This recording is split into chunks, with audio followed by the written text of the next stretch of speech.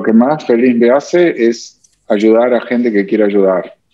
O sea, el poder multiplicativo de gente que haga counseling o coaching es infinito, porque, digamos, tú con tu escuela estás formando a gente que va a ayudar y formar a otros. Entonces hay un círculo virtuoso de expansión.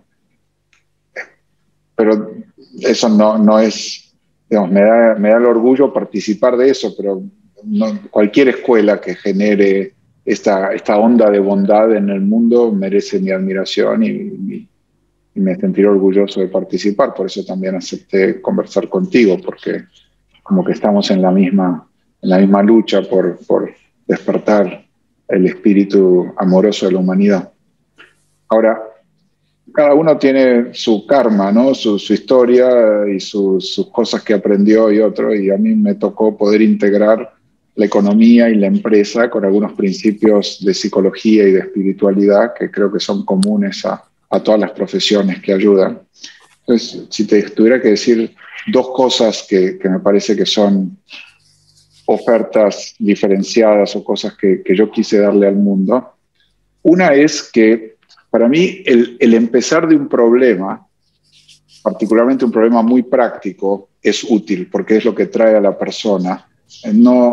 Yo no soy muy experto en temas de counseling o de psicología, entonces cuando alguien me dice me siento ansioso, yo no sé cómo trabajar con la ansiedad. Digo, ¿ansioso de qué?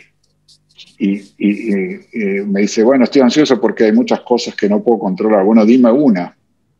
¿Qué cosa en particular no puedes controlar que te preocupa? Bueno, cuando me cuenta, ahora ya tiene un problema concreto. Bueno, que viene mi suegra y se va a quedar unos días con nosotros y cada vez que viene se pelea y yo sé que la voy a pasar mal y después me peleo con mi esposa y no quiero y me gustaría poder contenerme, pero siempre pierdo los estribos y después mi esposa y yo nos peleamos. Bla. Y me cuenta una historia que es bien concreta.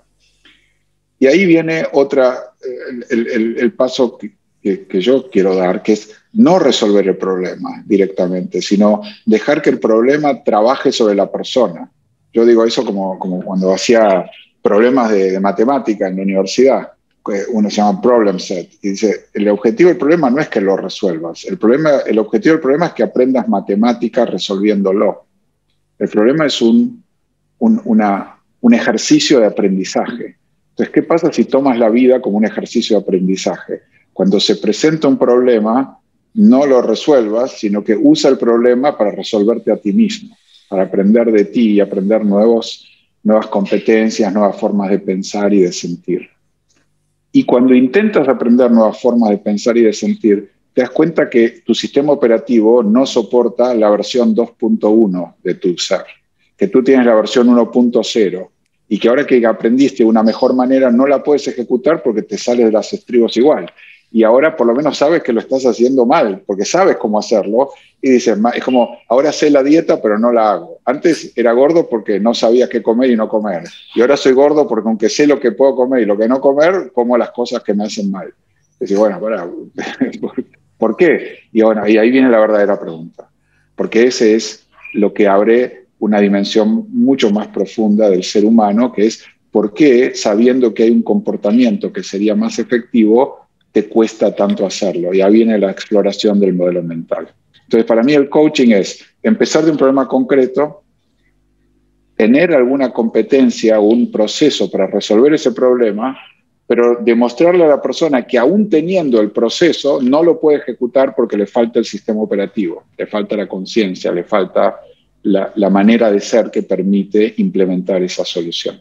Entonces, eso es, te diría, desde el punto de vista conceptual, eso es lo que funda la escuela, el modelo de coaching que a mí me gusta compartir con la gente.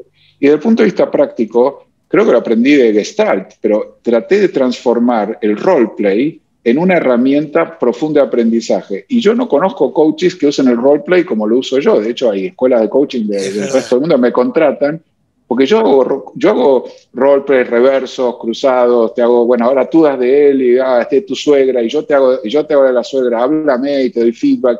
Y tengo como, no sé, 10 formas de hacer roleplays que son para practicar, para aprender, para dar feedback, para esto.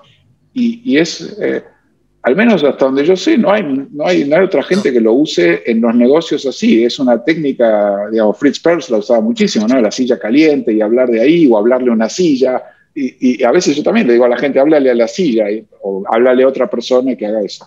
Entonces, te diría que esas son las dos cosas de las cuales me siento más orgulloso de hacer, bueno, una oferta complementaria. No creo que sea ni siquiera, no te diría la mejor escuela, es la escuela que hace esto distinto que otras y que puede complementar, porque las otras van a aprender cosas que seguramente en mi escuela no doy, porque yo no me formé como coach, yo me formé como dije, economista Claro. y gente, persona de negocios. Pero bueno, traté de integrar las dos cosas para hacer algo que sea un coaching que se aplique a la empresa, pero que también ayude a la gente a explorarse a sí mismo.